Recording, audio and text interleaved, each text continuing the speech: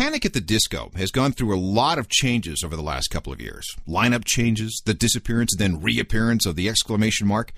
And this is why I hauled Spencer and Brendon, the only two original members in the band, into the office. Okay, explain yourselves. Let's talk about math.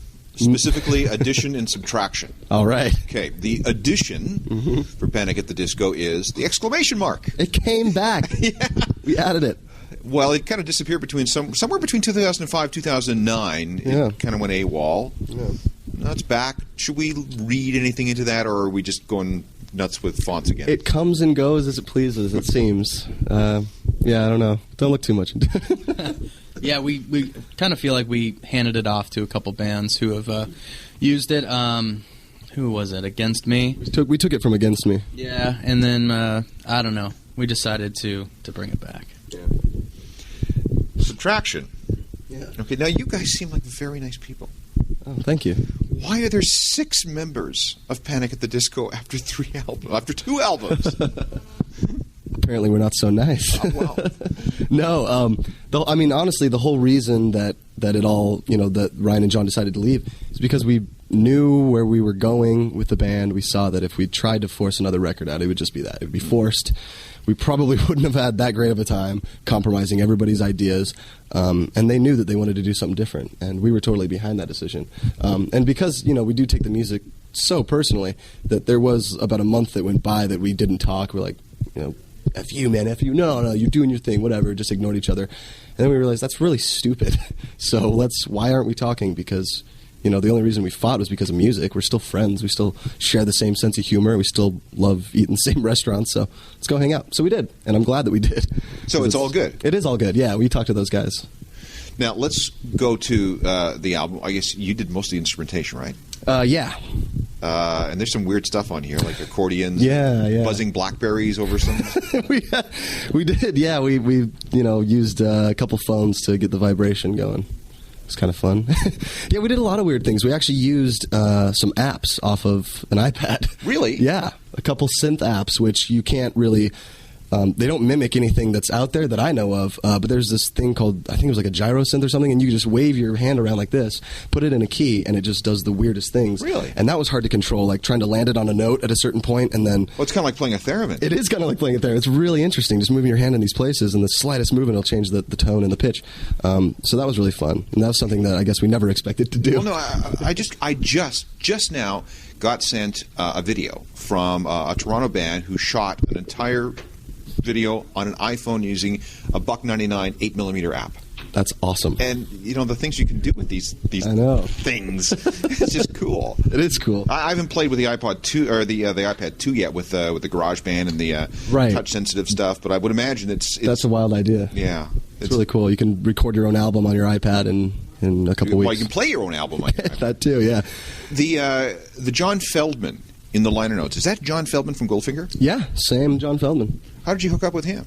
We share the same management, and at the time, we wanted to work with him since on our first record. We didn't have the funds, obviously, to do this, so we just kind of, we're like, oh, well, whatever, maybe we'll work with him in the future, and we did. We got to work with him. What did he bring to the table? He's, Goldfinger's always been a really tight rhythmic band. Yeah. Did he bring that sensibility to you guys? We've Spencer and I have been so, I guess, cohesive with our ideas of what we've done in the past. So musically, we were on the same page, and we had that down. But this time around, I guess the work ethic was something that John Feldmann definitely brought to the table. We weren't lazy at all, but we definitely had a more casual ethic of working. And when we hung out with John Feldmann, it was a couple cups of coffee and... you're working from 10 in the morning until 2 in the morning, and then you sleep a little bit, and then you wake up and keep going. And he's definitely a go-getter. Complicating things, or maybe it's not complicating things, but when you guys broke out in 2005, you had a reasonably young audience. That audience has grown up a little bit, and I would imagine you'd have to think about that a little bit as you grow up. Yeah, that's kind of a weird thing. It's definitely in the back of our minds, but if you focus on the outside stuff a little too much, it can just drive you insane. So we are very aware of it. It is kind of funny too, like meeting fans. We bumped into a fan in London who happened to be from the States. We recognized this very Californian accent, and we're like, oh, okay, fellow American, how's it going? And she said, hey, I got your record back in like sophomore year, and I still have it. We still listen to it. I love that, and that's really cool to hear. Yeah. That they've grown with the record just like we have. We've grown as musicians and individuals and as friends in so many different ways. So that's really nice. Talking about vices and virtues, buying the CD is for the booklet. Is a real reason to go to physical versus MP3s because there's a lot of you can get really lost in that booklet with all the different fonts and all the different designs, and there's actually stuff to read there and stuff to follow there, which is kind of cool. Yeah, that's good. We do, Spencer and I both are still, we'll go out and buy vinyl just to have the physical, thing in your hand. You're looking through album art. It's this very personal thing. And that seems kind of lost now. I mean, most of the downloads are digital, and you get, little digital booklets, but it's not really the same. So that's something that we still are very enthusiastic about. Love coming up with those ideas, too. Got a couple of questions about some songs. The parting line on the Ballad of Mona Lisa. There's nothing wrong with just a taste of what you've paid for. That sounds awfully sinister. And what does it mean?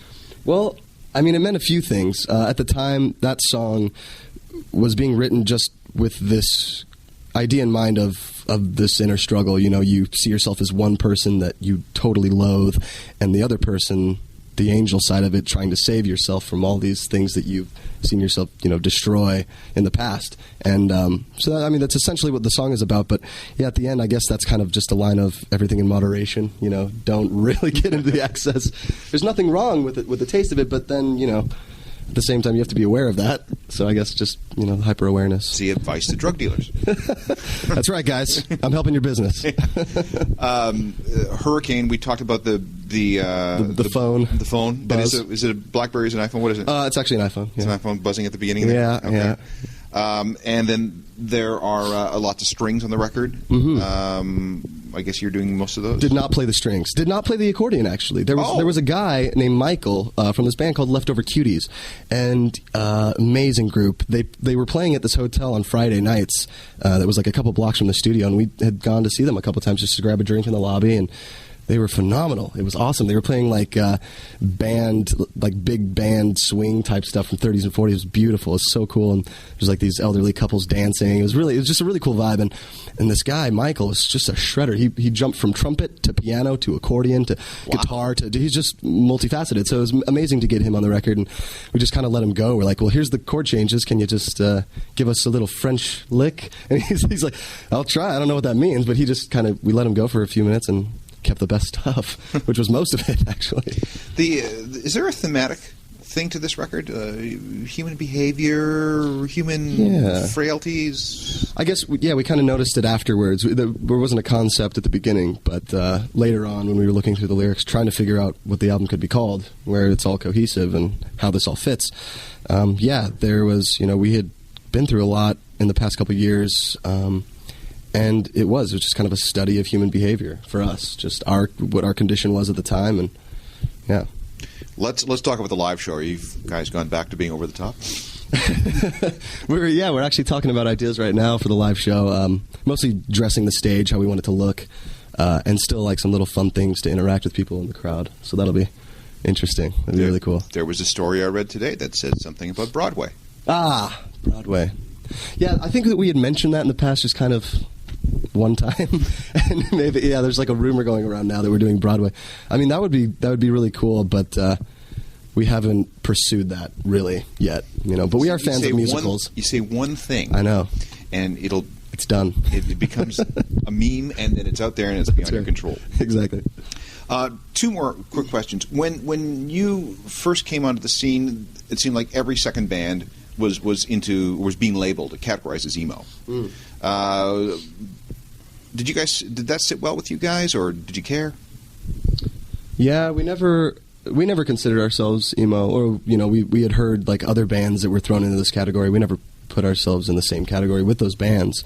Not to say that's good or bad. It was just, we never categorized ourselves as that. We would always just say rock because it's such a general term that it's pretty safe to say. But yeah, labeling yourself is kind of just sucks. You kind of just hold yourself into this thing, and yeah, we like no limitations. Well, it's cool to be part of a scene, but when the scene is dead, so are you. There you go. Yeah, there you go. And and the current state of music, where do you see you guys fitting in? Especially since things are changing so much in terms of how people are accessing music, how people are consuming music, how people are burning through music at an incredible rate. Yeah, it's a tough one. You know what? That's the answer we get from most people. It's a tough one. It's just like, oh God, let's just please let it work out for us. Yeah. I mean, we're so heavily involved in what we do that some of the outside thought we just never consider it. Well, you got to create, right? Exactly, yeah, and we want to be excited about everything we create too. So that keeps us focused on our work. But yeah, that's it's something we enjoy doing. It doesn't feel like we're wasting time or it's it takes a lot of effort, but it's still fun to do. Well, good luck with the record. Thank you. I like it, and I can't wait to see what you do with the show. Yeah, thank you very much. It'll be interesting. Yeah, can't wait to see what we do too.